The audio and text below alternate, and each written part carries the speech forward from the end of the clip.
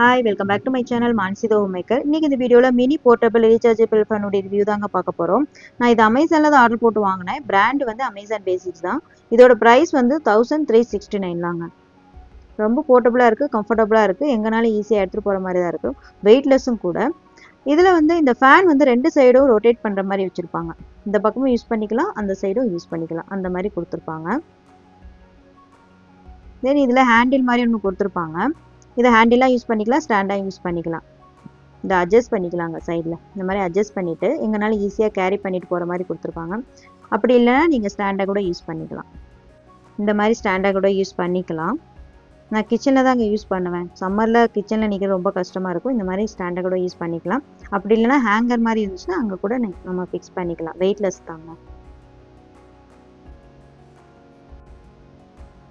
தென் இதில் என்னென்ன ஃபீச்சர்ஸ் இருக்குன்னு பார்க்கலாம்.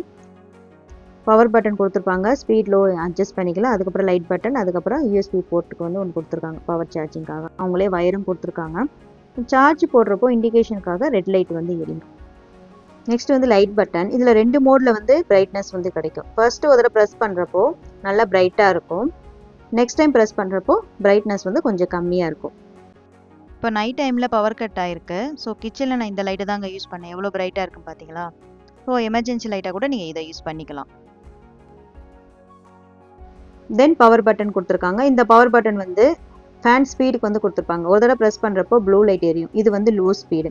ஸோ இந்த லோ ஸ்பீடு பவர் பேக்கப் வந்து மேக்ஸிமம் ஒரு 7 ஹவர்ஸ் வரைக்கும் உங்களுக்கு பவர் பேக்கப் வந்து கிடைக்கும்.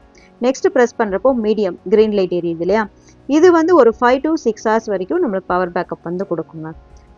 அகைன் ப்ரெஸ் பண்ணுறேன். இது வந்து ஹை ஸ்பீட். இது வந்து ப்ளூ லைட்டு தான் எரியும். இது ஒரு 3 to 4 ஹவர்ஸ் வரைக்கும் நம்மளுக்கு வந்து பவர் பேக்கப் வந்து இருக்கும். நான் இதை யூஸ் பண்ணிட்டு தான் இந்த வீடியோ வந்து போடுறேன். தென் இது நீங்கள் ட்ராவல் டைமில் கார் டேஷ்போர்டில் வச்சு கூட யூஸ் பண்ணிக்கலாங்க. சில பேருக்கு ஏசி ஒத்துக்காது.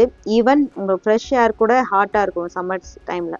ஸோ அந்த நேரத்தில் நீங்கள் இப்போ இதில் வந்து ஃபிக்ஸ் பண்ணிக்கலாம். காரில் ஃபிக்ஸ் பண்ணிவிட்டு யூஎஸ்பி போட்டு இருக்கும், சார்ஜ் கூட போட்டுக்கலாம். பெர்மனெண்ட்டாக இருக்கணும்னா இந்த மாதிரி டபுள் சைட்டாக செலோடாப் யூஸ் பண்ணிட்டீங்கன்னா இதில் பெர்மனெண்ட்டாக ஃபிக்ஸ் பண்ணி யூஸ் பண்ணிக்கலாம்.